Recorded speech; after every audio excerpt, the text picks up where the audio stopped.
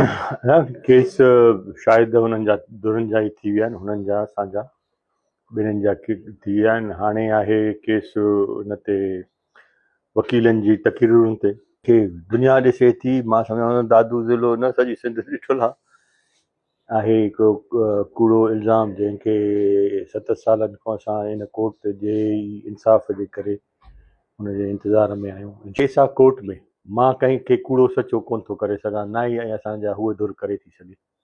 करण वारी जेका आहे सो जज साहिबु आहे, उहा कोर्ट आहे। उहो पंहिंजो जेको डिसीजन ॾींदी सभु ॿुधंदासीं, सॼी सिंध ॿुधंदी, सॼो पाकिस्तान ॿुधंदो। का बि एविडेंस कोन आयो, हे पेश करे न करे सघिया। बुरहान ते बि कंहिं बि क़िस्म जो एविडेंस हे पेश न करे सघिया।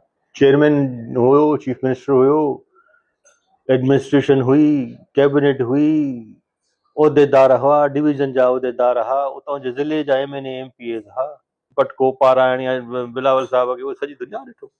सजदो हर को कंदो आहे, सुठी ॻाल्हि आहे। जे अदी सजदो कयो त अलाह हुनखे तौफ़ीक़ ॾींदो, 5 वक़्त ई सजदो करे। अदी हुन माण्हू जो नालो ॿुधाए त जंहिं माण्हू खे वञी चयो आहे तव्हां सुल्हा त घर जो भाती त पंहिंजी जाइ ते, वॾो नंढो पंहिंजी जाइ ते, दरवाज़ो कोन टपियो आहे। अलाह बशकी ॾेस, सिंध हुकूमत पंहिंजी जाइ ते आहे, फेडरल गवर्नमेंट, फौज, रेंजर्स सभु कुझु अथसि। अञा ख़तरो अथसि, इहो अलाह ई बचाए सघे थो, असां हल चढ़ल आहे।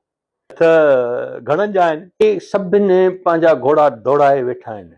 पाण खे सॼे ज़िले जो बानी ऐं सियासतदान सम्झंदड़ उहो अॼु काउंसलर बि कोन्हे। 3 इलेक्शनूं मां विड़ी चुको आहियां, 2 इलेक्शनूं बुरहान मुंहिंजो भाउ विड़े चुको आहे। कि सियासी साख असांजे में को अहिड़ी ॻाल्हि हुजे हा ख़राबु थियण जी, त अॼु असां हिन जायुनि ते न वेठल हुजनि। अहिड़ा हिकिड़ो केस अॻु में बि ईअं ई रजिस्टर थियो।